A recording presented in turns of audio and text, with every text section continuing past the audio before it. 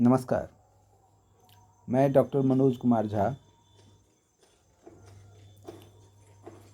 जय श्री होम्यो मंझौल के YouTube channel में आपका हार्दिक स्वागत है।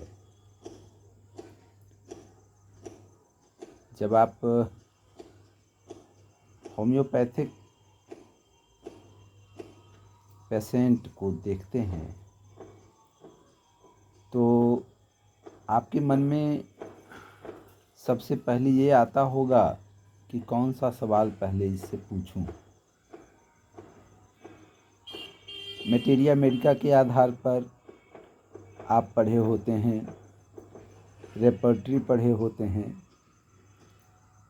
बहुत सारी चीज़ें होम्योपैथी की आपके मन में आते होंगे और आपको लगता होगा कि हम सवाल कहाँ से प्रारंभ करें,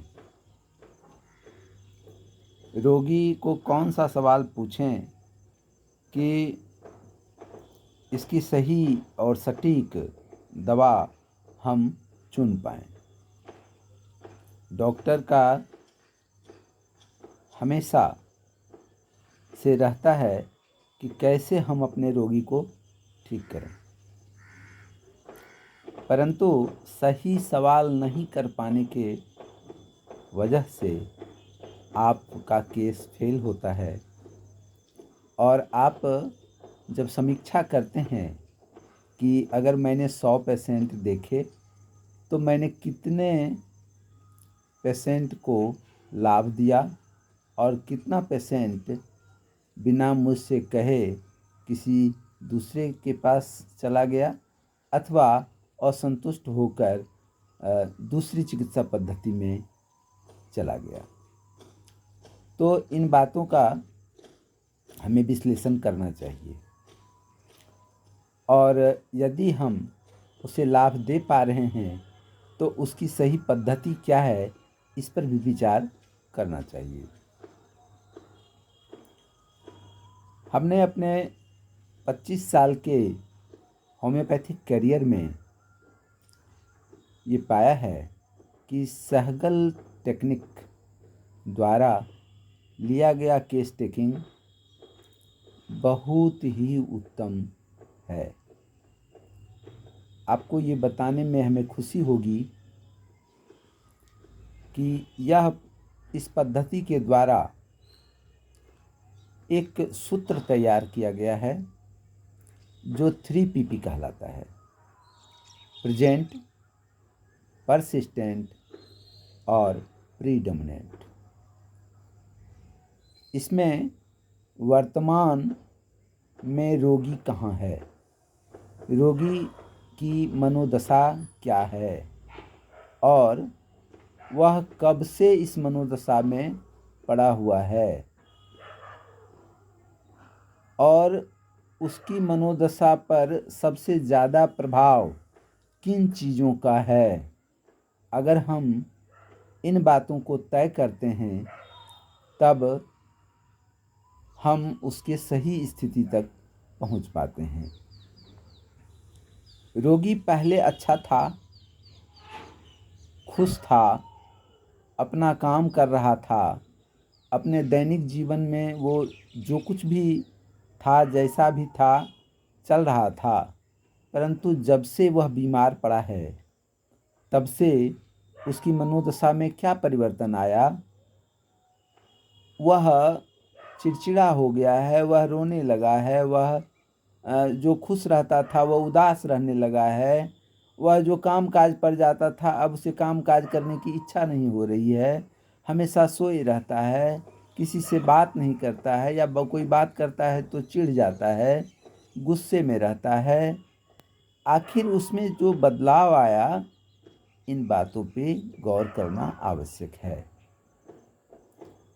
तो 3PP में प्रेजेंट यानी वर्तमान, परसिस्टेंट माने जो उसको लगातार पीछा कर रहा है, और प्रीडोमिनेंट जो उस पर आच्छादित है यानी हावी है।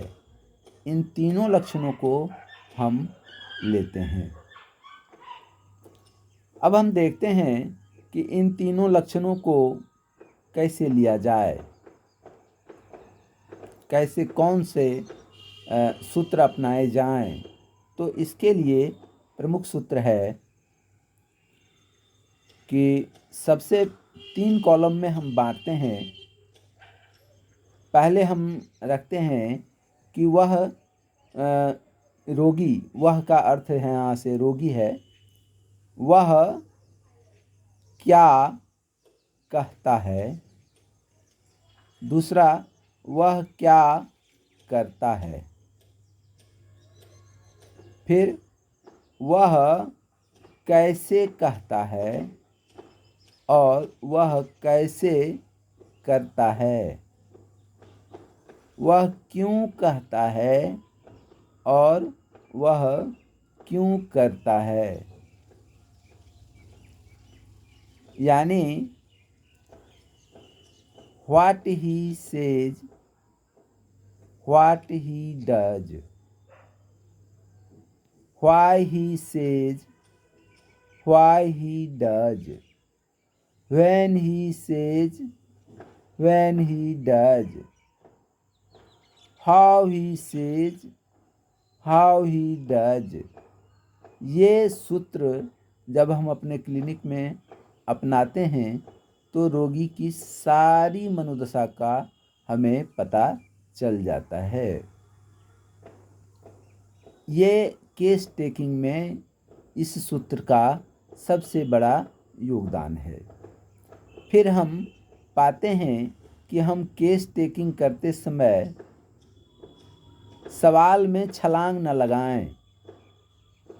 पहले भरपूर मात्रा में रोगी को बोलने का अवसर दें। रोगी के अलावा किसी की ना सुने। रोगी जब अक्षम हो तो अपने मस्तिष्क का प्रयोग करें। पाएं, ऑब्जर्वेशन करना डॉक्टर का काम है।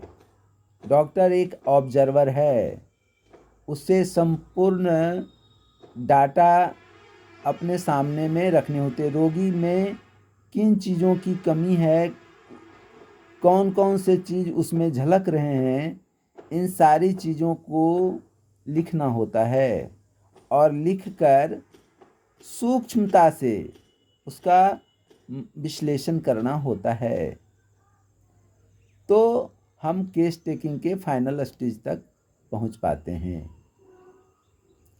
जैसे कि अगर हम कहें, रोगी कहता है कि रोगी के लिए एक शब्द आता है कि वह रॉन्ग सफ़र किया। अगर डेलूजन रॉन्ग है सफ़र्ड को समझें तो डेलूजन का अर्थ होता है लगता है, बुझाता है, महसूस होता है, प्रतीत होता है, यानी उसकी फीलिंग। रॉन्ग का अर्थ होता है गलत, कुछ भी रॉन्ग हो सकता है। और सफ़र्ड का मतलब हुआ कि जो उसकी बीमारी है वह कैसे उत्पन्न हुआ, कहाँ से उत्पन्न हुआ, है ना। उसका जो सफरिंग है वो कैसे हुआ। तो अब हम इसको विश्लेषण करते हैं। अगर कोई कहता है सफ़र रॉन्ग है सफ़र, ये रॉन्ग क्या क्या हो सकता है। तो रॉन्ग में दवाई हो सकती है, रॉन्ग में डॉक्टर हो सकता है, रॉन्ग सिचुएशन हो सकता है, रॉन्ग जैसे किसी ने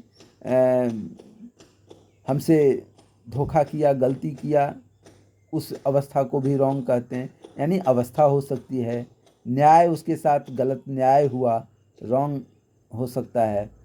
तो रॉन्ग में बहुत सारी चीज़ें, रॉन्ग खान पान रॉन्ग हो सकता है, आज तक जो रहन सहन किया वो रॉन्ग हो सकता है, उसके साथ समाज ने कुछ अन्याय किया वो रॉन्ग हो सकता है। तो पारिवारिक स्थिति रॉन्ग हो सकती है। तो रॉन्ग जिसके वजह से वो बीमार पड़ा, हैज़ सफ़र्ड, आज तक वो झेलते आ रहा है, उसी रॉन्ग के वजह से उसको ये झेलना पड़ा है। अब हम पाते हैं कि रॉन्ग सफ़र तो किया, ऐसा तो वो कह रहा है, परंतु उसके बाद उसने क्या किया, उसने किया क्या? अगर मान लिया जाए किसी ने गलत दवाई दी, डॉक्टर साहब ने गलत दवाई दी, अब उस पे उसका रिएक्शन क्या आया? क्या उसने एब्यूज़ किया?